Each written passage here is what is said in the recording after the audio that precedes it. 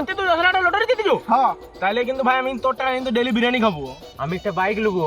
ঠিক আছে, সবাইকে সব দেবো, আগে আমাকে লটারি বাবু বলে ডাকবি। ঠিক আছে, তখন লটারি বাবু বলে ডাকলাম, ঠিক আছে? ঠিক আছে।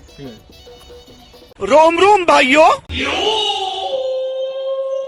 এ পুজো দাঁড়া দাঁড়া, ফিল্ম তো 10 লাখ লুটোরে জিতেছি। হ্যাঁ জিতেছি। তাহলে কি টাকা ধার দে। হ্যাঁ রে ভাই, তুই যত টাকা ধার নিবি দেবো। এই এক দিয়ে দিবি যত টাকা নিবে। ঠিক আছে ভাই, তাহলে আমি আসছি। ঠিক আছে লে।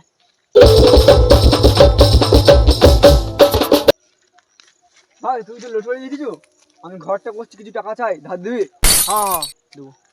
এক দিয়ে দিবি। আমি কিন্তু 50 টাকা একটা গাড়ি নেবোই। আমি কিন্তু 8 টাকায় ডেলি বিরিয়ানি খাবোই। আমি এটা ইউটিউব স্টুডিও খুলবো।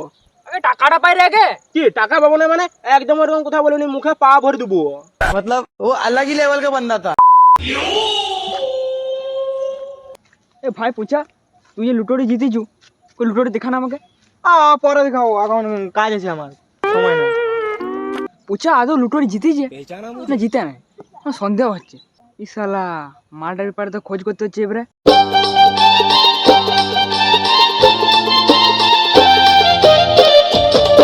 আরে ভাই পুচা লটারি পড়ে গেল।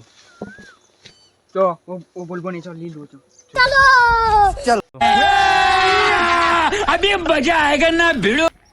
ভাই এটা তো গত বছরের লটারি, কারণ ভাই ও একটা টাকাও পায় না।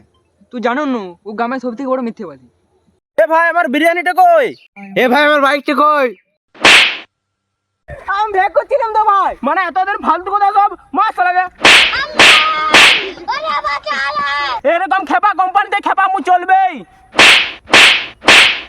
সবাই একটু লাইক সাবস্ক্রাইব করবেন, আমাদেরকে সাপোর্ট করবেন। এই খেপা কোম্পানিতে খেপা আমি চলবেই, আর আমরা হাসবো সবাই আর হাসাবো সবাইকে।